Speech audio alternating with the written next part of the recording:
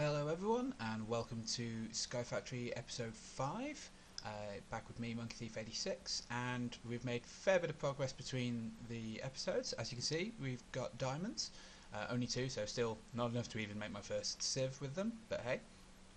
You'll see in my inventory I've got an awful lot of stuff here. We've got a lot of crafting to get through today.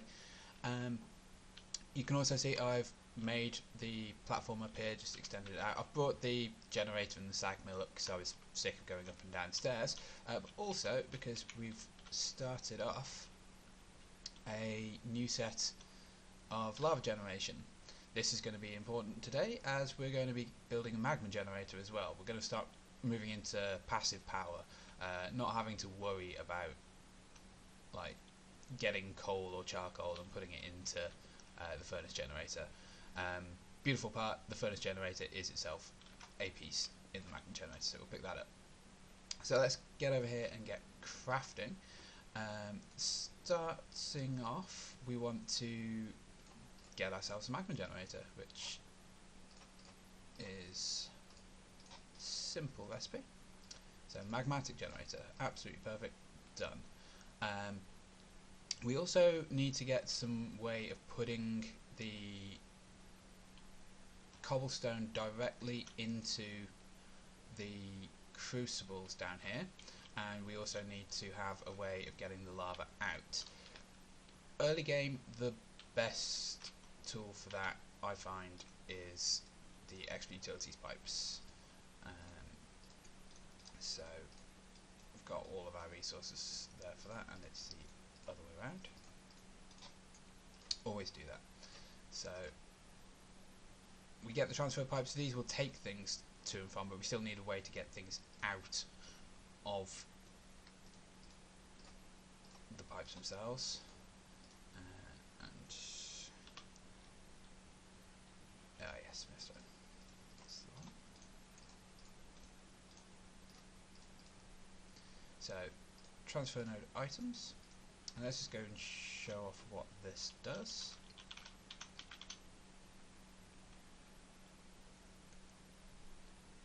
So you can see currently solid none, and 2 buckets worth of lava in there. So just by right clicking on it, you can see that it's starting to build an internal buffer of cobblestone, and as we put it into here, that now fills with cobblestone and will start smelting down. And as soon as it's got space for more cobblestone, it will put it in there again. So this is now going to feed through. You can see I've prepared a trough here simply because we're going to have more crucibles, because we're going to have a lot of lava requirement. So that will start to build out.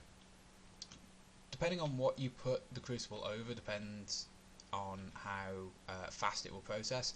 So in this instance, it's over lava gives it 3 times. If you're putting it over the torch, which I initially had, it's only a 1 time speed. And then there's things that will go better. So putting it over a source of fire. So once we get netherrack, we can look at doing that. And then fire water, I think, is the fastest. Generally speaking, it's much later that you get to that, and by that point you've generally got a better source of power anyway, so we won't worry too much about that at this point. Now we need to get the lava out of it, so this is a similar recipe to what we just had, like so. And we have a transfer node for fluids. So we go and put that on the side here, and our transfer pipe is now filling up. And what I want to do is have it go up to here to begin with.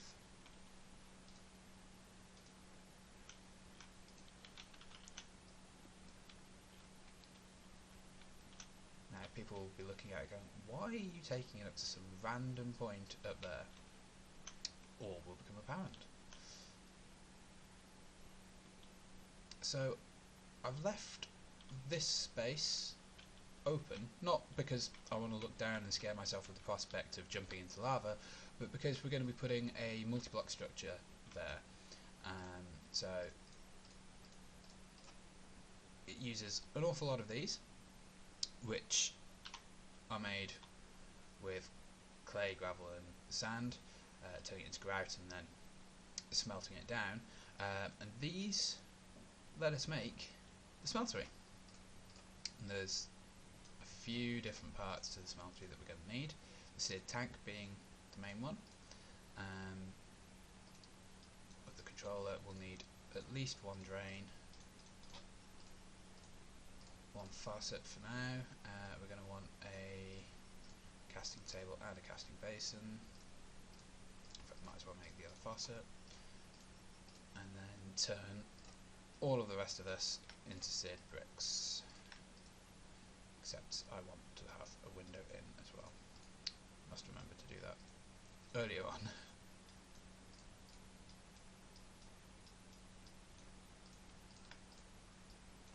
There we go. Didn't go badly. Right, so our seared tank is going to go over this pipe so it can start getting filled with lava when we have this structure in place. It'll apparently start getting filled with lava now.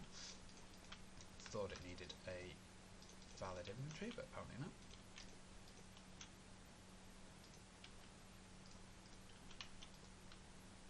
So now we need to have a drain, which is best placed on the corner because that way it has access to both.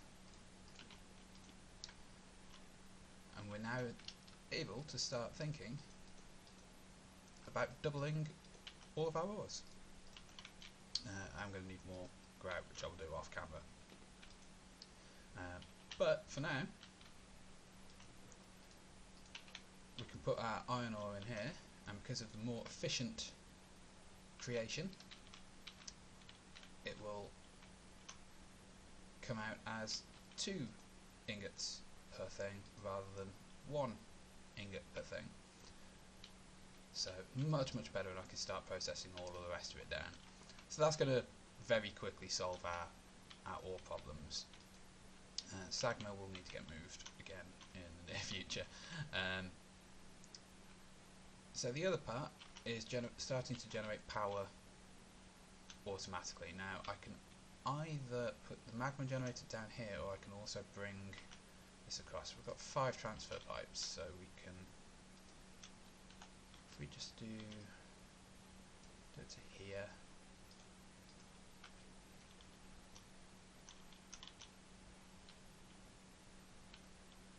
again this is just temporary because power generation is going to go downstairs later. So for now this will be being filled up first, and then any excess will start going into the generator. So it's not quite how I want it. I want the generators to be the first port of call, which it will be when it's downstairs. Right, so we can pour out. Okay, can't pour out the iron yet. I'm guessing I need to finish that off. That's annoying. Do that in a moment. Other things to do today. Yes, there is quite a lot. You can see over here that we have a additional structure, which quite long, and we can get started on a passive mob spawner. Well, not a passive mob spawner, an angry mob spawner that will just spawn passively without me having to do anything. So we turn our rice into rice dough. We're going to need some buckets of water for this. Oh right, yeah, I just used a bucket rather than crafting a new one specifically for the transport pipes.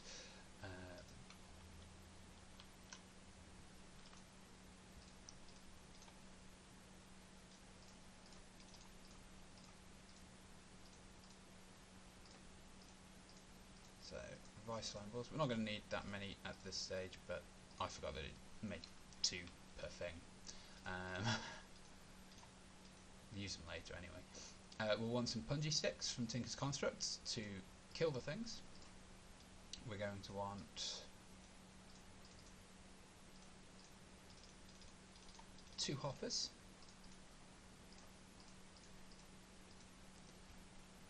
And then we're going to want some more sugar and some smooth stone.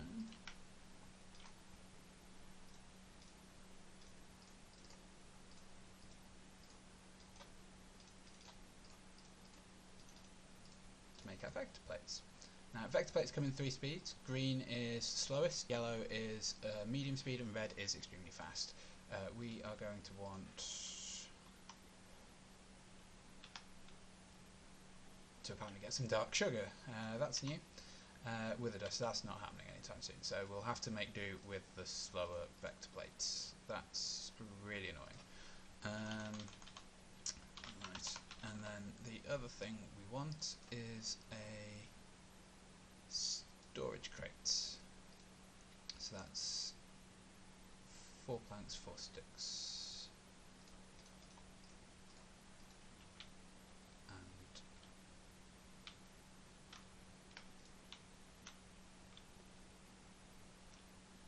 a block.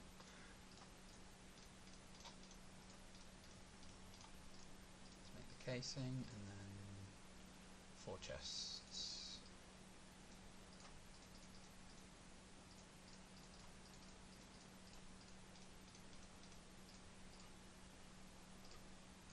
And this will just have more space in it than a regular chest, because mob farms can fill up pretty quickly. So we place that down there. As you can see, plenty of space. And then I'm just going to need to move this so I can see. Put our 2 hoppers in, so anything that comes in will fall onto here. Then place vector plate down. As you can see, it just moves me straight away. If you sneak, it doesn't affect you. So you can also see it's moving the items down for us.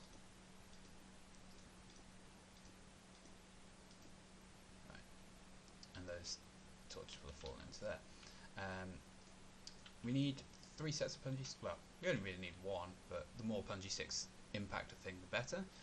We need 1 here because small zombies exist and they're really annoying.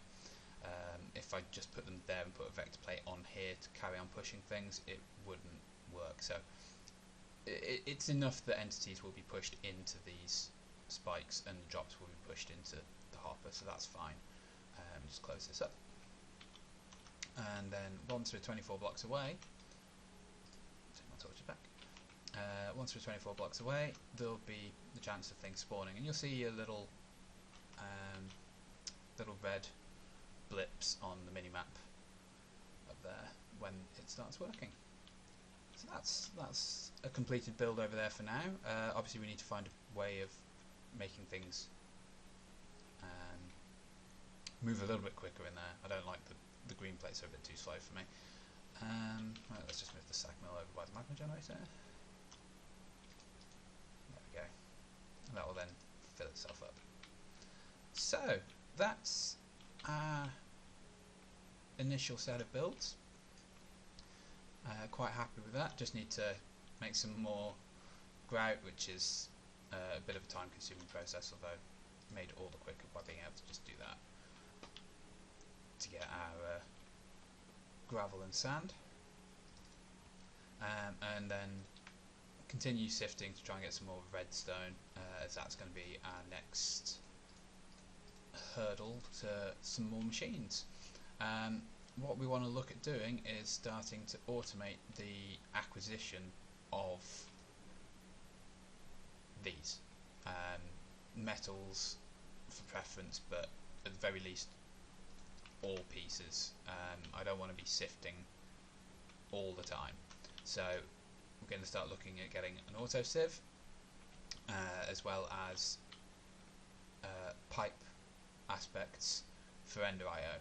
So that's going to require a few Ender pearls, which I'm hoping over there will provide for me,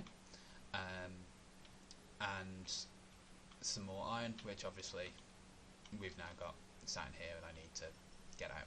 So between episodes I will just put the last 3 blocks on here to finish that up. Maybe make enough that I can make this a bit taller so it can hold a decent amount, and then otherwise carry on sifting in this very, very lonely iron stiffen mesh over here. If I get enough resources, I may just go ahead and make the rest of these compacting drawers.